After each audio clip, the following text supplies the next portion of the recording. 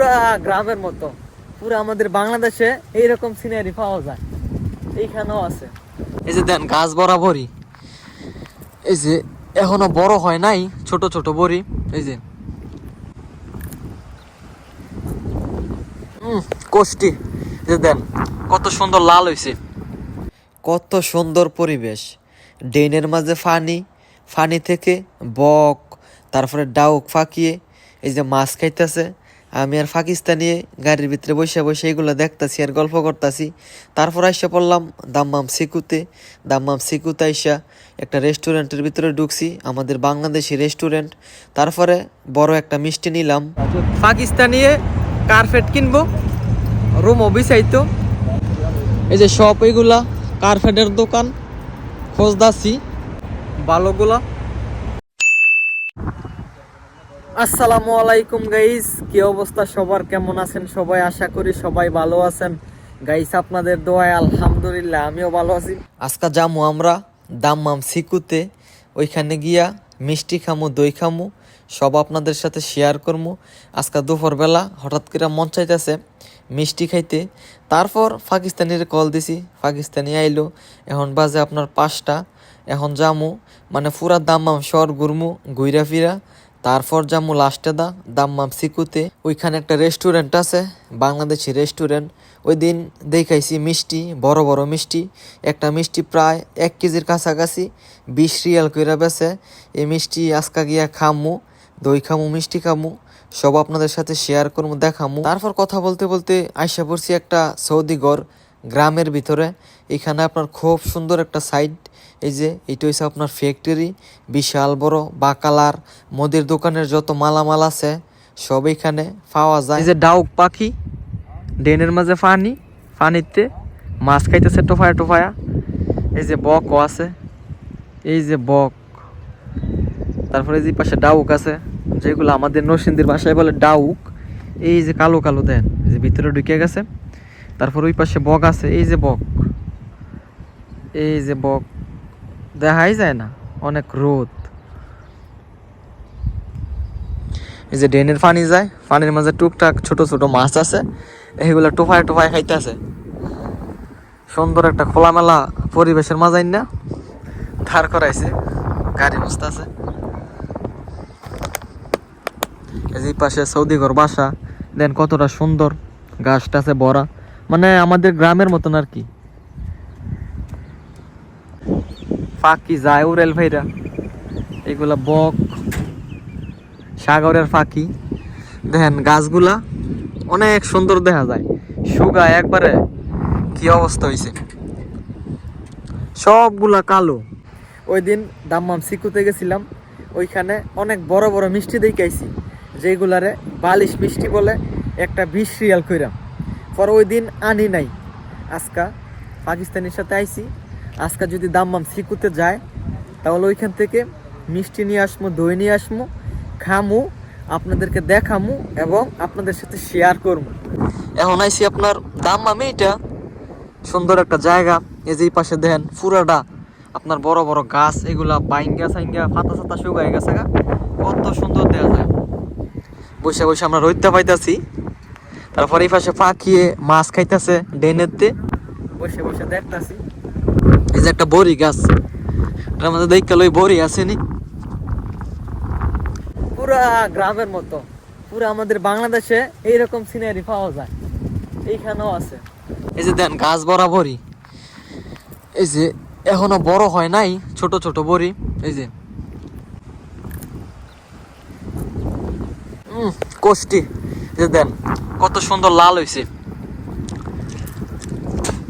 But কোনো মিষ্টি লাগে না, শুকও লাগে না, তিতাও লাগে না, পুরা গাছ বরাবরই। এই যে দেখেন লাল লাল। আব্দুল্লাহ ভাই আজাও দেখো ইধার কে আয়। এই যে দেখেন কত সুন্দর দেখা যায়, পুরা গাছ ভরা বড়ি রাস্তার পাশে, অথচ কোনো মিষ্টি টিষ্টি লাগে না। এই যে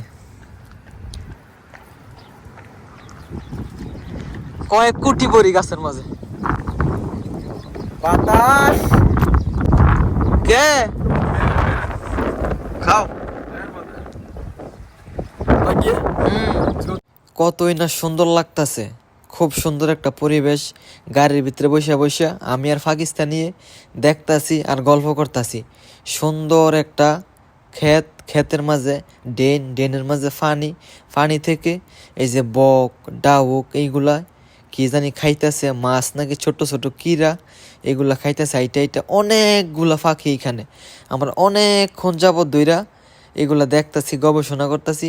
মানে খুব সুন্দর একটা জায়গা এটা, পানি, তারপরে এই পাশে আপনার গাছ মাছ এইগুলা বাইঙ্গা লইছে। তারপরে এই যে এগুলা দেখা আইসা পড়ছি ফ্যাক্টরির ভিতরে। এটার ভিতরে আপনার বাকালার মুদির দোকানের যত মালামাল আছে সব এখান থেকে সেল হয়। মানে এটা বড় কারখানা, এই কারখানা থেকে পরে বাকালাত নিয়া মানুষে বেচে। এটার মাঝে পাকিস্তানিরা মাল দেয়, পার্সেল দেয় বিরিয়ানির। তারপর টাকা নিতে আইসে। হয় এখন টাকা মাকা লইয়া এখন যাইতেছি ডাইরেক্ট দাম্মাম সিকুতে গিয়া তারপর রেস্টুরেন্টের ভিতরে ঢুইকা তারপরে দই মিষ্টি খামু, যেটার আশায় আজকে আমরা রুম থেকে বের হয়েছি। তারপর আইসা পড়ছি আর একটু সামনেই সিকু মেন এরিয়া। সিকু যাইতে আমাদের রুম থেকে বেশি একটা সময় লাগে না, শুধু সময় লাগে গাড়ির জন্য। গাড়ি আপনার প্রচুর, তারপরে জ্যাম লাগিয়া জায়গা, তারপরে ইশারা, এই কারণে দেরি হয়ে যাইতে। তারপরে যে আসলাম একটা রেস্টুরেন্টে, আমাদের বাংলাদেশি রেস্টুরেন্ট। আইসা দিই আপনার মিষ্টিগুলো আমার দিকে চাইয়া রয়েছে, বড় বড় মিষ্টি। এইগুলো এক পিস 20 রিয়াল বিক্রি করে, এক পিস মিষ্টি 700 গ্রাম। তারপরে বলছি এক পিস মিষ্টি দিত, দই দিত। এই যে এক পিস মিষ্টি আপনার 700 গ্রাম, বিশাল বড় মিষ্টি। আর এগুলাকে বালিশ মিষ্টি বলে।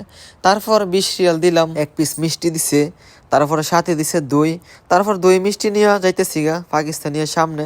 বলছি তুই এইখানে দাঁড়া, আমি বুফিয়াতে রেস্টুরেন্টে মিষ্টি নিয়ে আসি।